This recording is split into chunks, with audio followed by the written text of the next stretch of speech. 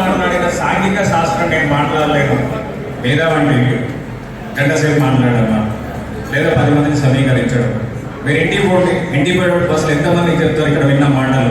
అసలు బీసీ లాంటి ఏంటిది, మనం పోగొట్టుకున్న అవకాశాలు ఏంటి, బీసీ రాజ్యాధికారం వస్తే మనం పొందే అవకాశాలు ఏంటి, అసలు ఎందుకు బీసీలకు రాజ్యాధికారం రావాలి, ఇది ఎక్స్ప్లెయిన్ చేయండి. వాళ్ళు మేధావి, అందుకే నేను ప్రతి ఒక్క అన్నకు ప్రతి ఒక్క సోదరుడికి మైక్ ముందు ఇచ్చడానికి ఇష్టపడ్డాను. ఎందుకంటే వాళ్ళ అంశాల నుంచి తీసుకున్న అంశం ఏంటంటే హూ ఇస్ మేధావి, హూ ఇస్ ఇంటలెక్చువల్. ఒక 10 మందిని ఉత్తేజపరిచి 10 మందిని చైతన్యపరిచి, అంటే వ్యవస్థలో ఉన్న లోపాలను వెలికితీసి వాటి సమస్యల మీద అవగాహన పెంచుకొని ఆ సమస్యకు పరిష్కారం కనుగొని ఆ పరిష్కారం దిశగా నడిపించే వాడే నాయకుడు, వాడే మేధావి. తప్ప గంటలు గంటలు మాట్లాడి లేదా పార్టీల కమ్ముడు పోయి గుర్తులు కాదు మేధావి అని నేను చెప్తాను. రెండో, తెలంగాణ సాయుధ పోరాటం అందరికీ తెలిసిన విషయమే. ఆంధ్రాలో మన్నందరూ అల్లూరి సీతారామరాజు ఒక్కడు ఉండే తెలంగాణ సాయుధ పోరాటంలో పల్లెకొక్కడు ఉన్నాడు. అది తెలంగాణ సాయుధ పోరాటం. అలాంటి కదా ముందుకు రావాలి. మా తాత దొరైంటికాడ గల్వగడమన్నాడు, మా నాయన అన్నాడు, నేను పడ్డాను, నా కొడుకు అంటాడు. పార్టీలలో సెకండ్ ప్లేస్ కోసం బీసీ నాయకుడు ఎదగడానికి మాత్రమే మనం కొట్లాడుకుంటున్నాం. నేను టీఆర్ఎస్ పార్టీలో బీసీ నాయకుడు అవ్వాలి, కాంగ్రెస్ పార్టీలో బీసీ నాయకుడు అవ్వాలి, బీజేపీ పార్టీలో బీసీ నాయకుడు. అసలు బీసీ నాయకుడికి ముద్ర వేసుకున్నావు కాబట్టి బీసీలు ఇక్కడ కొత్తలాగా ఒక చెంచాలాగా పడుతారు పార్టీలలో. కుల పెద్దలు, మన ఊళ్ళో కుల పెద్దల్ని వాళ్ళు ఏం చేస్తారంటే ఒక పావురం లెక్క చూస్తారు. ఆ పావురాన్ని సంచలనం పెట్టుకపోయి 4 నూకలు బాగానే మన వాళ్ళంతా మన కుల పుల్లంతా కుప్ప అవుతారు. కుప్ప ఏం చేస్తారు, ఆ గింజలు ఉంటుందంటే ఈ పోయేవాడు ఏం చేస్తాడు, ఆ పౌరాన్ని కోసేసుకొని వాని పౌరాన్ని సంచలు వేసుకొని పోతాడు.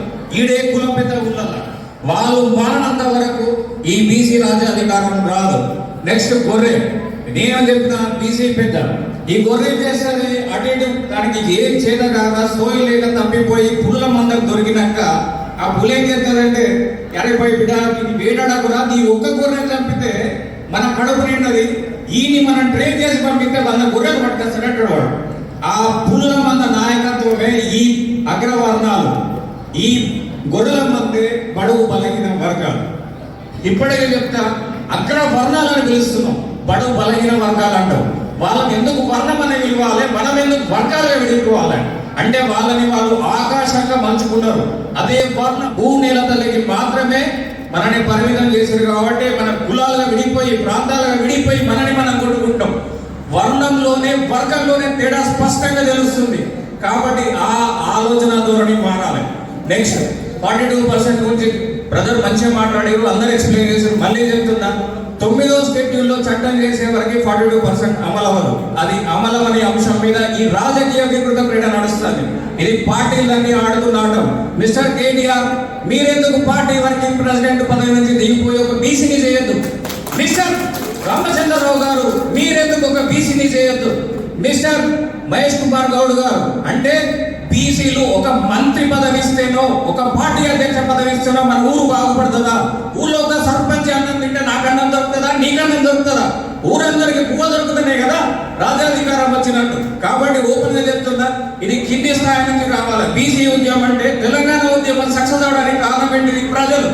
మా నాయన సింగరేణి నౌకరు చేసేవాడు, మా నాయన డ్యూటీ పని చేసుకొని సమ్మె చేసి రోడ్డు ఎక్కిండు, ఒక టీచర్ ఎక్కిండు, ఒక కూలైన ఎక్కిండు, 200 రూపాయల 100 రోజులు పనిపోయేటోళ్ళు కూడా ఎక్కిండు. అంటే ప్రజల చైతన్యం వచ్చేంత వరకు కూడా ఈ బీసీ ఉద్యమం అనేది సక్సెస్ అవ్వదు. ఇప్పటికీ చెప్తున్నా, స్టేజ్ మీద ఉన్న నేను మాట్లాడే మాటలు మీరు బస్ ఎక్కినాక మీ ఊరి పోయేలోపు బస్సులో మాట్లాడితేనే ప్రజలు మాట్లాడరు తప్ప మన ఎస్సీ బీసీ ఓబీసీ సోదరులకు కూడా చెప్తున్నా నేను, మన బతుకులు ఎట్లున్నాయంటే కిందోడు చేసి పెడతాడని భయపడాలి, మీదోడు చేసి పెట్టడానికి భయపడాలి.